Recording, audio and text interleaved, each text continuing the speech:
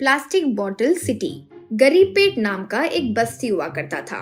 उस बस्ती में लोग छोटे छोटे झोपड़ी बनाकर उसमें रहते थे। उस बस्ती में ज्यादातर बाढ़ आती थी। उस बस्ती के लोग एक जमाने में एक गांव से दूसरे गांव बदलते रहते थे, इसीलिए उन्हें वोट डालने का भी हक नहीं होता था। वोट हक नहीं होने के कारण राजनीति के नायक भी उन गांव वालों की ज्यादा परवाह नहीं करते थे। उस गांव के लोग शहर में मजदूरी करते थे। उस बस्ती का नायक था नारायण दास। उस बस्ती को डेवलप करना चाहता था। ऐसे कोई राजनीति का नायक नहीं है जिसे वो नहीं मिला हो। ऐसा कोई ऑफिस नहीं है जहाँ वो नहीं गया हो। कितनी भी मेहनत करे वो उस बस्ती की किस्मत को बदल नहीं सका। नारायण दास का बेटे का नाम था विश्वा। विश्वा बहुत होशियार था। नारायण दास बहुत मेहनत करके अपने बेटे को इंजीनियरिंग करवाया। विश्वा की पढ़ाई पूरी हुई। नारायण दास विश्वा से, विश्वा, तुम्हें तो पता है ना, हमारा घर चलाना मुश्किल भी होता तो भी मैं तुम्हें यहाँ तक क्यों पढ़ाया। हमारा बस्ती को बाकी बस्तियों की तरह डेवलप करना ही मेरा सपना है रे। वो करने में तुम्हारा पढ़ाई काम आएगी, ये मेरा विश्वास है। मैं जब सरकारी अधिकारियों से मिला, राजनीति के नायक से मिला, तब सिर्फ मुझे पढ़ाई नहीं आती, ये कारण के वजह से मैं उनसे बात नहीं कर सका।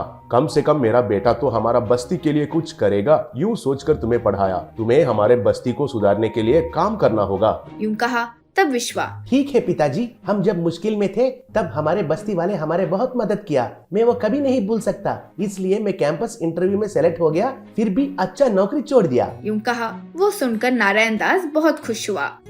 उस बस्ती के बगल में ही एक सॉफ्ट ड्रिंक फैक्ट्री हुआ करती थी। उस फैक्ट्री में कूल ड्रिंक्स तैयार होते थे। कभी कभार उन ड्रिंक्स के लिए बनाए प्लास्टिक बॉटल्स अगर खराब निकलते या उनमें कोई छेद निकलता तो उन्हें लेकर गरीब पेट बस्ती के पास जम करते थे। इसकी वजह से वो बस्ती के लोग बहुत परेशान होते थे। एक बार नारायण दास अपने पत्नी से जब बात कर रहा था तो एक व्यक्ति नारायण दास के पास आकर, भैया भैया, वो फैक्ट्री वाले फिर से हमारे बस्ती में प्लास्टिक बॉटल्स फेंक रहे हैं भैया, आप ही आकर बात करिए भैया। यूं कहा। वो सुनकर नारायण दास उस जगह पर गया जहाँ वो प्लास्टिक बॉटल्स फेंके हुए थे। वहाँ बड़े बड़े जेसीबी की मदद से उस फैक्ट्री से लाए गए उन प्लास्टिक बॉटल्स को फेंकते जा रहे थे। नारायण दास आकर, रुकिए, इसे बस्ती समझ रहे हो या कोई डंप यार्ड? ऐसा प्लास्टिक बॉटल्स को फेंकना अच्छी बात नहीं है। इनके वजह से वातावरण का प्रदूषण बढ़ता रहता है। यूं कहा। तब वो फैक्ट्री वाला, देखो, जैसे हमारे मन में आया वैसे करेंगे। तुम कौन हो रहे पूछने वाले?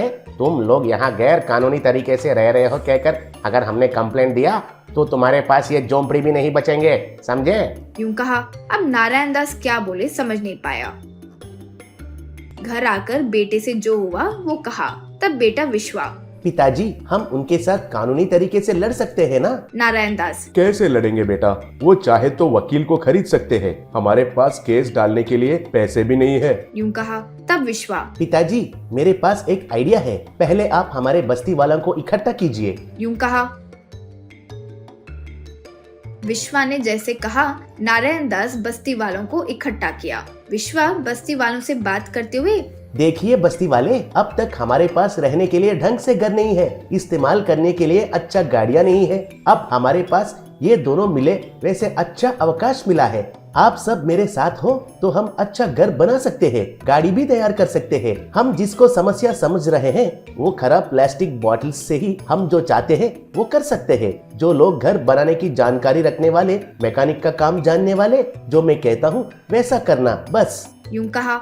फिर वहाँ पड़े हुए प्लास्टिक बॉटल्स को बस्ती वाले अपने बस्ती में लाए। फिर उनसे जैसे विश्वा ने कहा वैसे घर बनाना शुरू किए। उनकी मदद से अलग अलग किस्म के व्हीकल्स भी तैयार किए। ऐसे गांव वाले सब मेहनत करके प्लास्टिक हाउस, बस स्टैंड, ऐसे अलग अलग किस्म की इमारतें बनाए।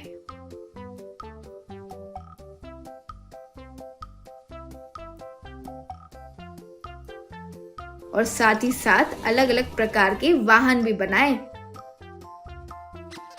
कम समय में ही उनके बस्ती का नाम प्लास्टिक सिटी बन गया था। प्लास्टिक सिटी को देखने के लिए दूर दूर से लोग आने लगे। इस तरह वो बस्ती डेवलप होने के कारण राजकीय नायक भी आकर उन्हें वोट का अधिकार दिए और साथ साथ बाकी सारी सुविधाएं भी मिलने लगी। वो देखकर बस्ती के लोग विश्वा की खूब प्रशंसा किए। ये देखकर नारायण दास खूब खुश हुआ